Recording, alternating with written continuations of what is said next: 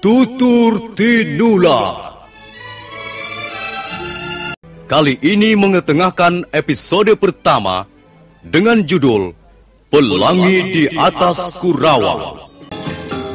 Dalam seri yang ke-24 ini didukung oleh para pemain Ferry Fadli sebagai Arya Kamandanu, Rusli sebagai Rangga Lawe, Hari Aki sebagai Empu Hanggareksa, Eli Panca sebagai Nyi Rongkot, Iwan sebagai Prana Raja, dan Nusri pembawa cerita.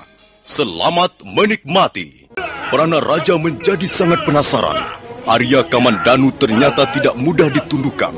Bahkan keadaan menjadi berbalik. Kini Prana Raja nampak mulai terdesak. Melihat hal itu, Rangga Lawe merasa perlu untuk segera turun tangan. Hentikan Prana Raja. Hentikan.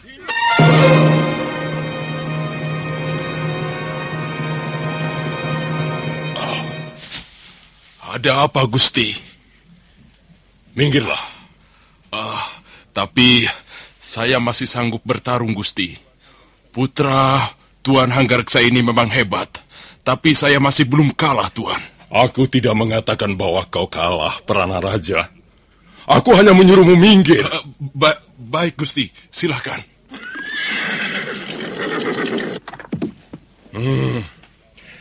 Kau yang bernama Arya Kamandanu, putra kedua Tuan Hanggareksa. Iya. Dan Tuan siapa? Apakah juga mau menangkap saya? Namaku Rangga Lawe. Aku sama sekali tidak bermaksud menangkap orang yang tidak mempunyai kesalahan. Aku turun dari punggung Nila Ambara ini hanya untuk mengagumi kepandaianmu dalam hal ulah kanuragan. Tuan Rangga Lawe terlalu memuji. Saya belum bisa apa-apa. Belum pantas mendapat pujian. Apalagi pujian dari seorang pendekar tangguh seperti Tuan. Kamandanu, aku sangat tertarik pada penampilanmu. Kau seorang pemuda yang berbakat besar. Kelak kau pasti akan menjadi pendekar yang patut diperhitungkan. Tuan Rangga Lawe, saya bukan lagi seorang bocah yang gemar mengulum gula-gula sanjungan. Kamandanu, aku ingin berbicara denganmu. Tapi rasanya tempat ini tidak cocok untuk berbincang-bincang. Bagaimana kalau kita pulang dan membicarakan tentang banyak hal di rumahmu? Tuan tidak bisa membujuk saya dengan cara seperti itu. Kamandanu, bicaramu semakin kurang ajar. Kau tahu siapa yang berdiri di hadapanmu sekarang ini, ha? Tentu saja saya tahu, Ayah. Beliau ini adalah Tuanku Rangga Lawe. Seorang panglima perang paling disegani di seluruh Singasari. Tuan mempunyai nama besar. Tuan adalah pendekar tanpa tanding. Tapi sayang, Tuan hanya bertindak atas dasar perintah orang lain yang belum tentu benar. Kamandanu, kau... Jangan Tuan Hanggareksa. Biarlah aku yang menangani persoalan ini. Baiklah Kamandanu. Kau memang berhak berkata-kata seperti itu. Karena kau merasa lebih unggul dari prajurit-prajurit yang berdiri di sini. Maafkanlah kata-kata anak saya, Gusti. Dia benar-benar keterlaluan. Keterlaluan sekali. Tenanglah Tuan Hanggareksa. Nah, aku tahu kau pasti cukup bermurah hati, Kamandanu. Karena itu kau pasti tidak keberatan kalau aku ingin menjajal sampai sejauh mana ilmu kanuragan yang telah kau kuasai itu. Silakan. Coba kau tangkis seranganku ini.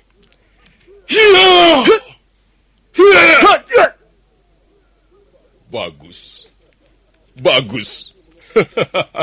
Kau mampu mengembalikan jurusku dengan baik sekali. Nah, mari kita lanjutkan.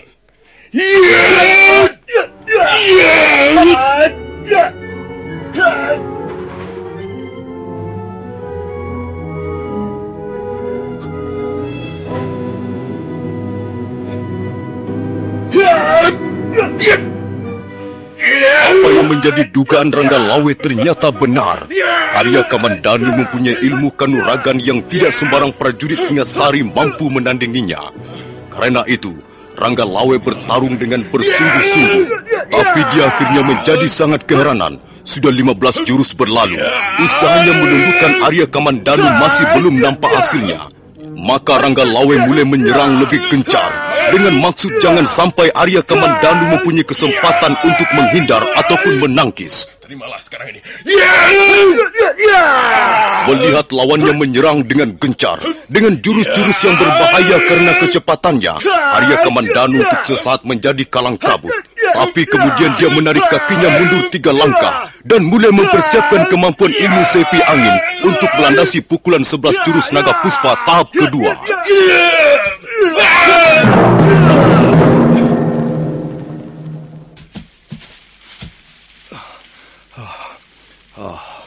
Maaf, Tuanku Ranggalawe. Saya tak ingin ditangkap oleh siapapun juga. Saya bukan penjahat.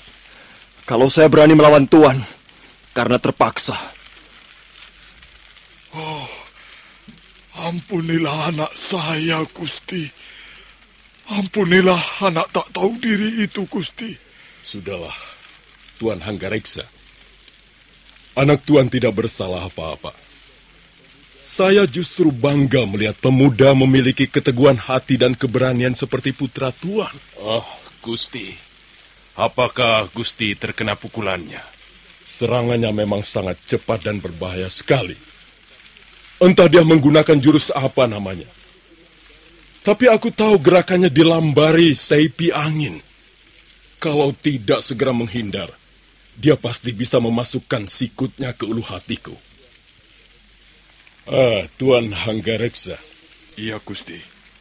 Tuan mestinya bangga mempunyai seorang putra seperti Arya Kamandanu. Ketahuilah, Tuan, kalau dia berlatih terus-menerus, dalam 1 tahun saja dia akan mempunyai tingkat kanuragan luar biasa. 10 orang prajurit Singasari yang menyerang serentak tidak akan membuatnya kerepotan untuk merobohkannya.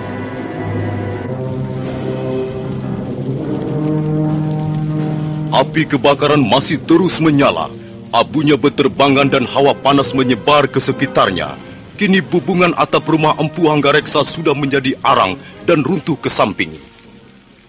Setelah dirasa tak ada perlunya lagi menunggu di tempat itu, Ranggalawe memerintahkan pada anak buahnya meninggalkan tempat itu. Kini halaman rumah Empu Ranubaya menjadi sepi kembali. Hanya gemeretak bunyi kayu-kayu rumah dimakan api yang masih terus terdengar sampai jauh malam. Dan kesunyian terasa semakin mencekam oleh tiupan angin yang datang dari arah Bukit Kurawan. Entah kesunyian seperti itu akan berlangsung sampai kapan. Seperti baru saja mengalami peristiwa yang mengguncangkan perasaannya. Aku akan menemuinya, Bi. Hati-hati, Nger.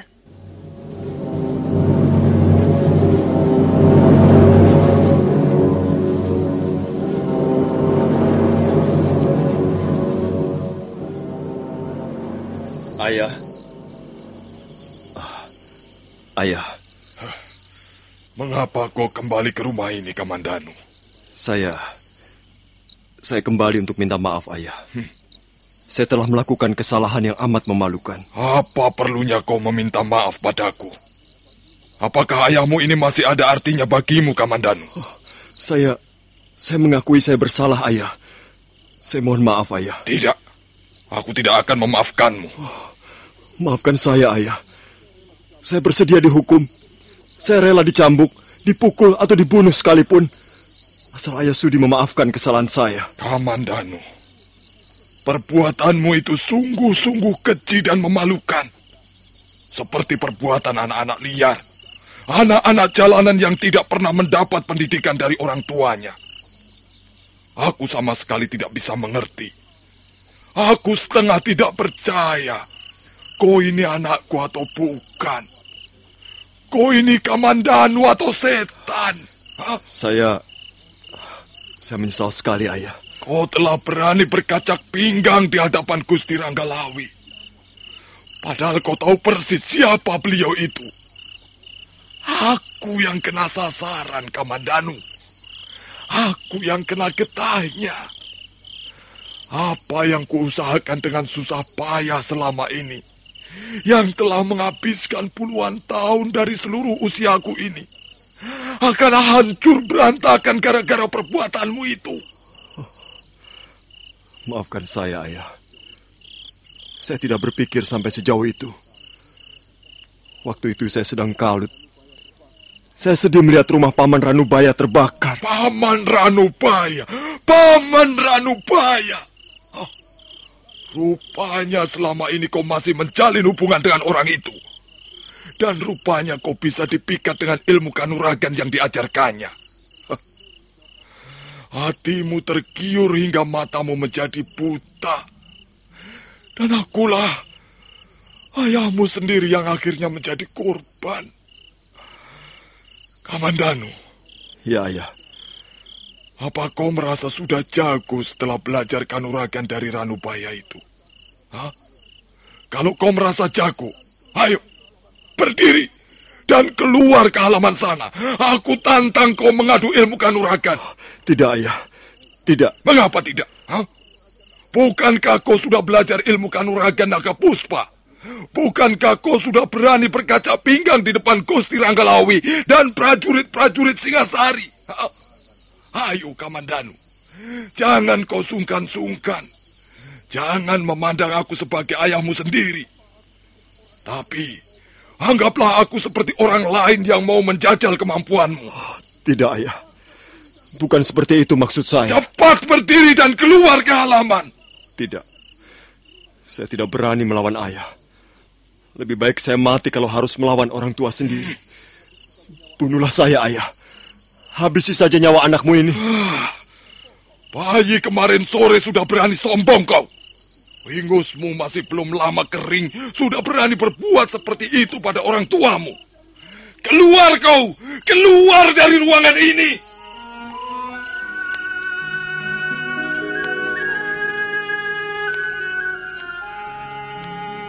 Dengan perasaan tertekan dan sedih tak terhingga, Arya Kamandanu keluar dari ruang kerja ayahnya. Rasanya dunia semakin kelam, pikirannya penuh dengan kabut yang semakin tebal.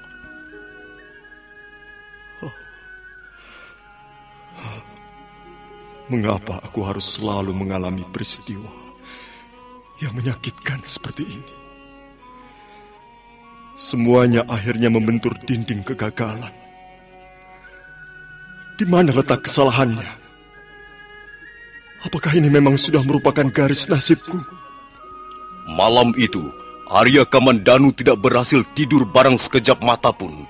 Pikirannya mengembara jauh kemana-mana, dan hatinya gelisah tak tentu ujung pangkalnya.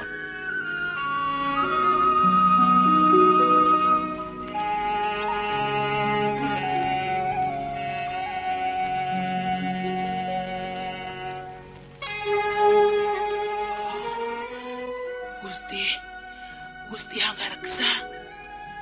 Gusti. Ada apa, Nyi?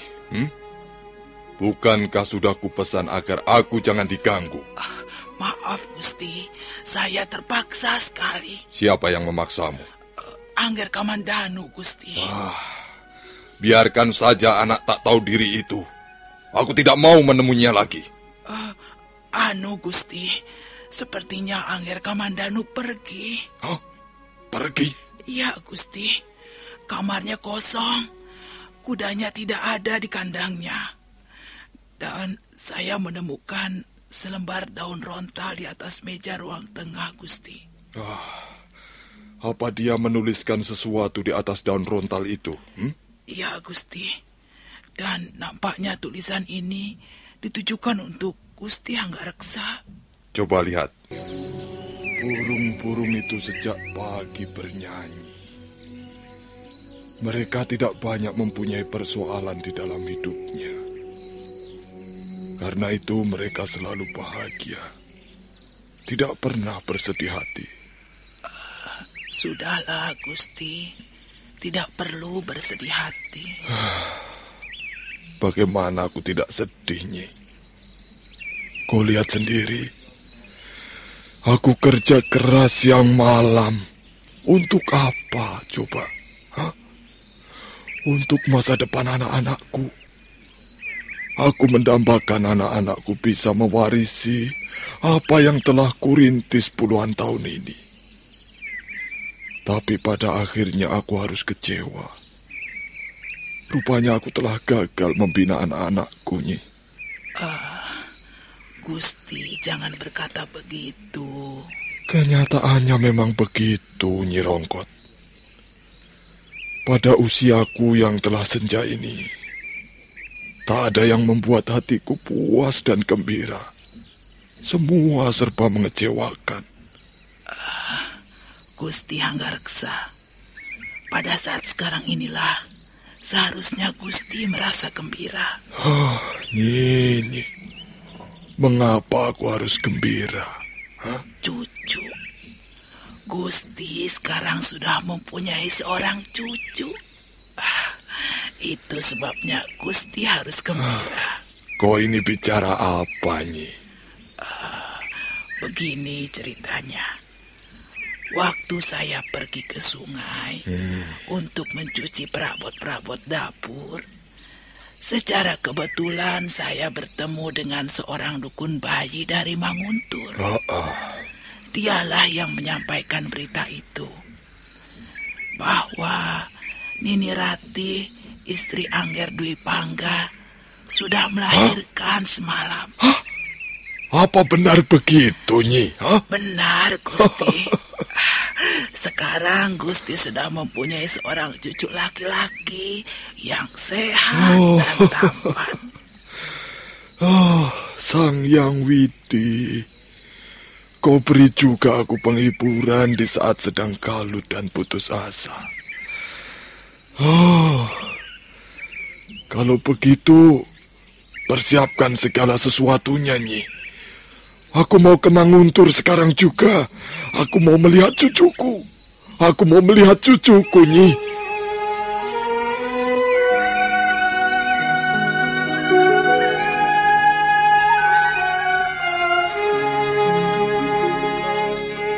Tak bisa dikatakan betapa gembiranya Empu Hanggareksa seketika lenyap persoalan yang melilit pikirannya.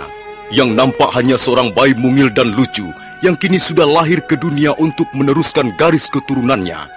Maka, hari itu juga Empu Hanggareksa mempersiapkan segala sesuatunya sebelum si kakek itu berkuda menuju desa Manguntur.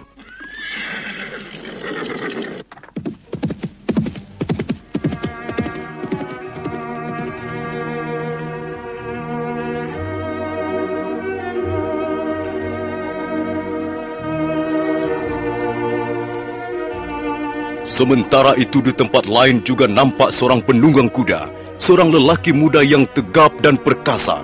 Dialah Arya Kamandanu. Di perbatasan desa Kurawan, dia menghentikan kudanya.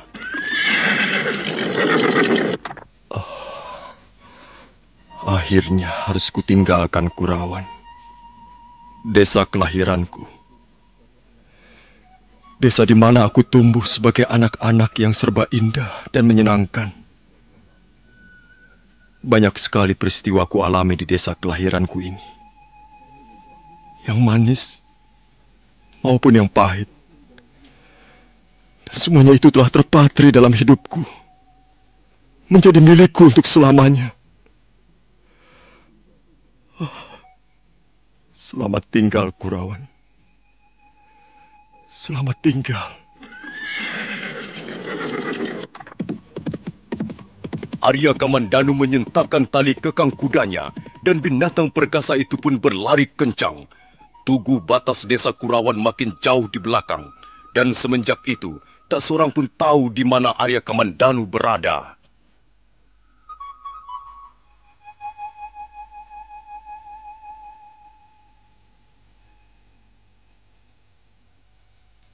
Memang, semenjak saat itu tak seorang pun melihat Arya Kamandanu berada.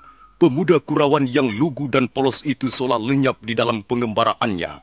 Pengembaraan yang panjang, yang hanya dia sendiri yang bisa merasakan pahit manisnya. Nah, pendengar sekalian, bagaimana kisah selanjutnya? Apa saja yang akan dialami tokoh kita Arya Kamandanu dalam pengembaraannya nanti? Silakan mengikuti seri-seri berikutnya. Sampai jumpa.